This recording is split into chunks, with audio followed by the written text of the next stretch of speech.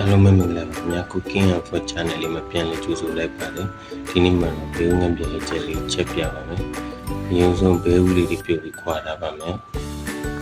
ကဲဒါလေးကတော့ကျက်သွန်ကြီးလေး၃လုံးကိုပပလီတာပါဒါကတော့ငယ်ဒီကြံပန်နဲ့ကျက်သွန်ဖြူလေးကိုထောင်းထားတာပါကဲစားချက်တော့ပါမယ်အိုးလေးတင်ပါမယ်ပူပူလာပြီဆိုစီလေးတင်တက်ထည့်ပါမယ်စီလေးပူလာပြီးစနစ်မုံလေးငယ်ငယ်ထည့်ပါမယ်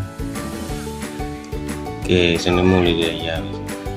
ကျက်သွန်လီတာလေးတွေထည့်ပါမယ်ထည့်ပြီးချိုးပြီးပါမယ်တေချာလေးမှုပြီးတော့ကြော်ပြီးပါမယ်ကျက်သွန်လေးတွေကိုကျက်သွန်လေးတွေနွားပြီးတော့မွေးလာပြီးကျက်သွန်လေးနဲ့လေးပျောက်သွားပြီဆိုတဲ့ချိန်ကျမှခဏငယ်တီထောင်းထားတာလေးတွေကိုထည့်ပါမယ်ကဲခုမှတော့ထည့်ပါပြီငယ်တီနဲ့ကျက်သွန်ဖြူထောင်းထားတာလေးပေါ့နော်ထည့်ပြီးတေချာလေးမှုပြီးပါမယ်ညစား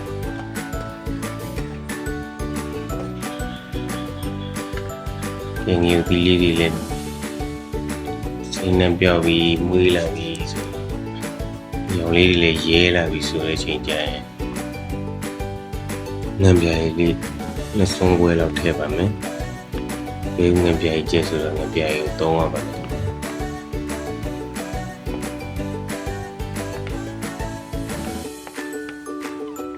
ငန်းပြားကြီးနှစ်စုံခွဲလောက်ထည့်ပါမယ်ထည့်ပြီးငယ်ငယ်မွေးပေးလိုက်ပါငန်းပြားကြီးနန်းလေးပြောက်ပြီးမွေးလာပြီဆိုတဲ့ချိန်ကျရင်ဘေးဦးလေးခွာထားတဲ့ဘေးဦးလေးကိုထည့်ပါမယ်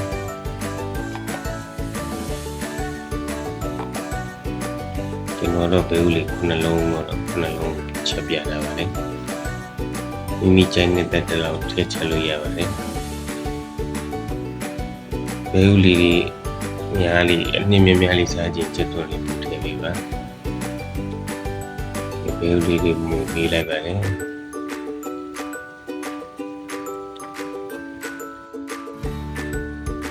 ကဲဒီချိန်မှာကျွန်တော်အင်ဂျူမိုလေးနင်းငယ်ပေါ့နော်အင်ဂျူမိုမကြိုက်တဲ့လူကတော့အတာမုံချက်တာမုံတို့ပါလို့လည်းစားလို့သုံးနိုင်ပါနော်အင်ဂျူမိုနင်းငယ်လေးထည့်ပေးပြီးရင်ကျွန်တော်တို့ချက်တာမုံလေးကိုနင်းငယ်ထည့်ထည့်ရပါတယ်အင်ဂျူမိုအဲမသုံးချင်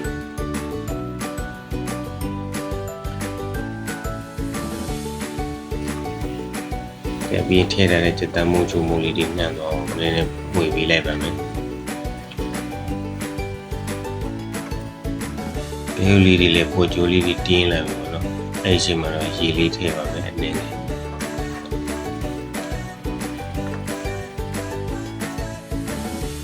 ဒီလိုချက်စားတဲ့ဘေးဦးလေးရဲ့မမလေးနဲ့အရင်သမစားလို့မိန်ပါလေ။ရေလေးတွေထည့်ပေးပါမယ်။ဒူးစီကဆုံလေးနဲ့စားလို့ရန်ကောင်းပါတယ်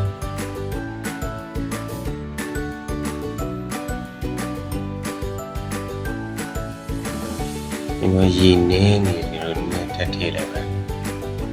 ဘေးဦးလေးတွေမမလေးစားကြလို့ပြီးဖုံးလေးကနအောင်တာပြပါမယ်ကဲဖုံးလေးပြန်လက်ကြည့်လိုက်ပါမယ်ကိုစုကိုပွက်ဆူနေပါပြီဘေးဦးလေးတွေဒီချိန်မှာဘေးဦးလေးတွေတစ်ဖက်စီလှမ်းပေးပါမယ်ဒီလေအရင်ကမွေးနေပါပြီကြပြည့်ကျန်းတဲ့လေး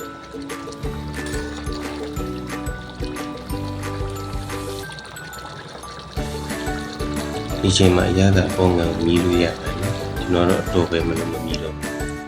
ကဲဘေးဦးပြည့်ကျန်းလေးတော့ရတော့ပါပြီဒါလေးကိုတူးစီရဆုံလေးနဲ့ထမင်းမအောင်စားလို့ကောင်းပါတယ်ကဲနောက်နေ့ဒီမှာလည်းဘယ်လိုချက်ပြမလဲဆိုဆောင်းမြတီရှုပေးကြပါဦးနော်အလုံးဆုံးဒီကြည့်ရှုသူတယောက်ချင်းစီတွေကိုအထူးပဲကျေးဇူးတင်ပါတယ်ခင်ဗျာ